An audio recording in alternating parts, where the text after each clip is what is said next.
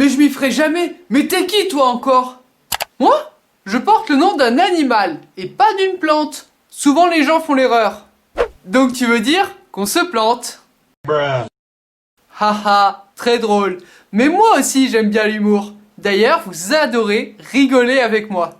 Tu dois être une peluche ou un truc de ce genre. Non, non, non. Vous m'aimez pas à ce point-là non plus. Faut pas exagérer. D'ailleurs, ça m'étonne pas. Quand on voit toutes les bactéries que j'abrite.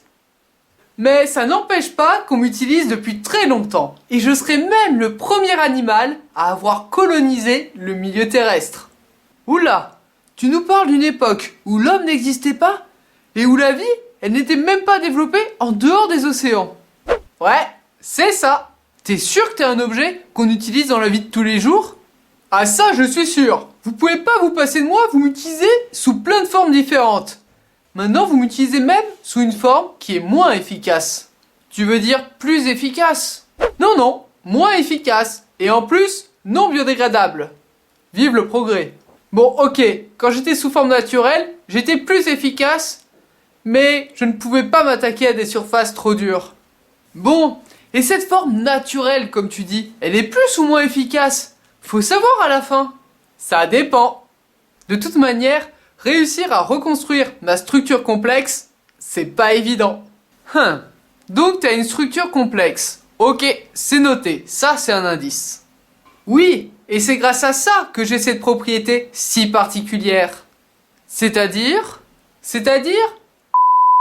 Comment ça, vous avez pas entendu? Oh, c'est dommage, sinon vous auriez trouvé tout de suite. Bon, tu commences à m'énerver. Oh, détends-toi. Non, non, mais j'en ai marre, c'est incompréhensible. Allez, calme-toi. Tiens, je vais te mettre un dessin animé.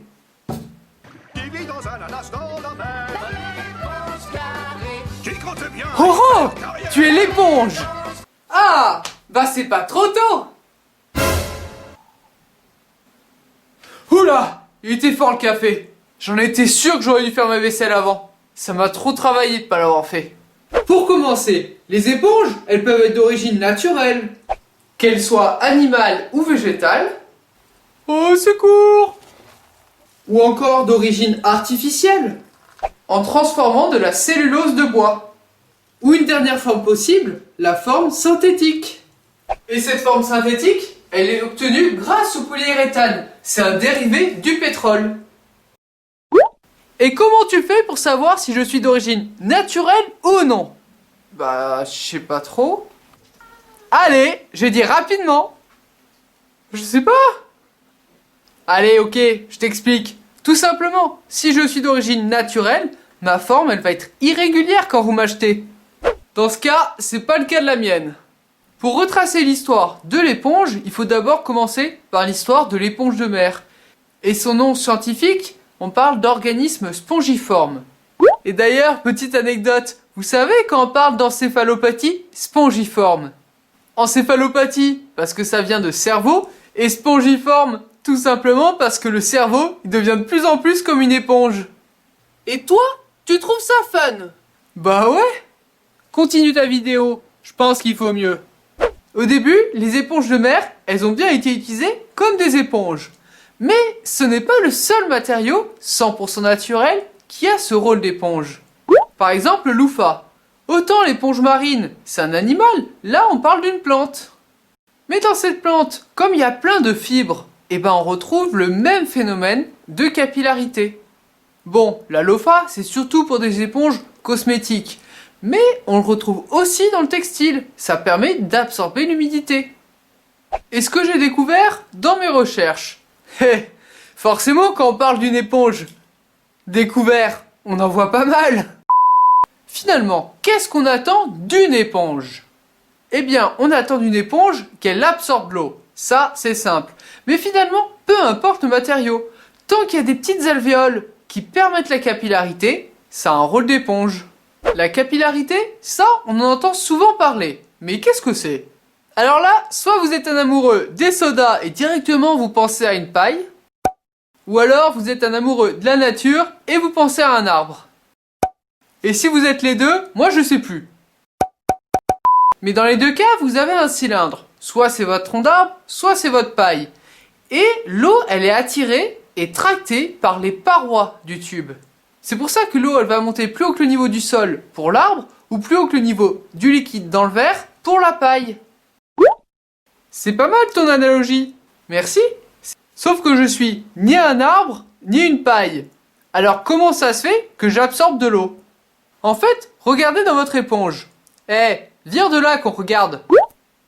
Dans votre éponge, il y a plein de petits trous. On pourrait les comparer un petit peu à, vous savez, à vos pailles. C'est comme s'il y avait des pailles de partout dans votre éponge. Et, comme dans celle-ci, l'eau est attirée par les parois et elle monte. Et elle rentre dans l'éponge. Et voilà, votre éponge, elle absorbe l'eau. Pendant longtemps, les éponges, elles ont été utilisées comme éponges pour la toilette. Mais il a fallu attendre l'arrivée des éponges de synthèse pour qu'on s'en serve pour notamment nettoyer. Pourquoi? Car ces éponges, il faut qu'elles soient résistantes. Vous savez, quand vous frottez comme un malade sur vos casseroles, il y a intérêt que ça tienne. Surtout que j'arrête pas de faire cramer des trucs, alors frotter comme un bourrin, ça me connaît. Nos éponges synthétiques, ok, elles ont dépassé les éponges naturelles sur le côté de la résistance, mais pas sur leur capacité à absorber l'eau. Mais qu'est-ce qui explique que ces éponges naturelles elles soient aussi performantes pour absorber l'eau? Car les éponges marines, pourquoi elles absorbent l'eau? C'est pour aussi absorber des nutriments. Donc, elles ont évolué pour être au top dans cette tâche. C'est une question de survie. Pas étonnant qu'on ait du mal à reproduire ces 640 millions d'années d'évolution. Mais d'ailleurs, il nous avait dit ça. Je porte le nom d'un animal et pas d'une plante. Souvent les gens font l'erreur. Mais vous le saviez vous, que les éponges étaient un animal et pas une plante? Moi je trouve ça perturbant. Elles ont même pas de système nerveux, pas d'organes, même pas de tube digestif. Et là directement, il y a une question. Comment digérer s'il n'y a pas de tube digestif? Déjà, en aspirant l'eau, c'est une manière de ramener tout ce qu'il y a autour, notamment les nutriments. Nous on va faire les courses, elles aspirent l'eau. Ça coûte peut-être moins cher. Mais d'ailleurs, c'est pour ça qu'il nous avait dit.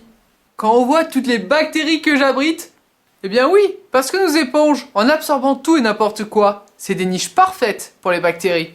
Bon, une fois que ces aliments sont rapprochés, comment les digérer sans tube digestif? Alors là, attention, c'est complexe. Les éponges, elles filtrent l'eau. Qui?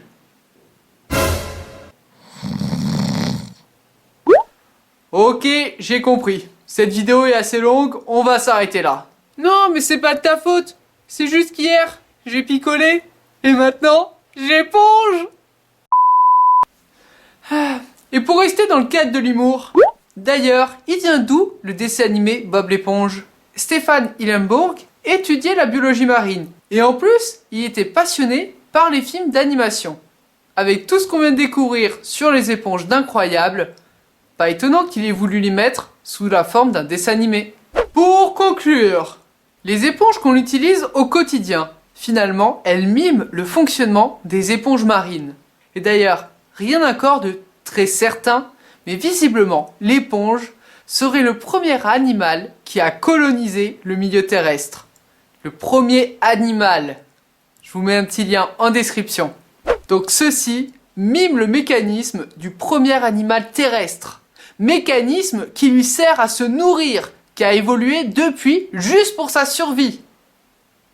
Tout ça dans une éponge. Alors avec tout ça, si vous ne voyez pas vos éponges autrement, je ne peux plus rien pour vous. Sur ce, je vous dis merci d'avoir regardé et à la prochaine.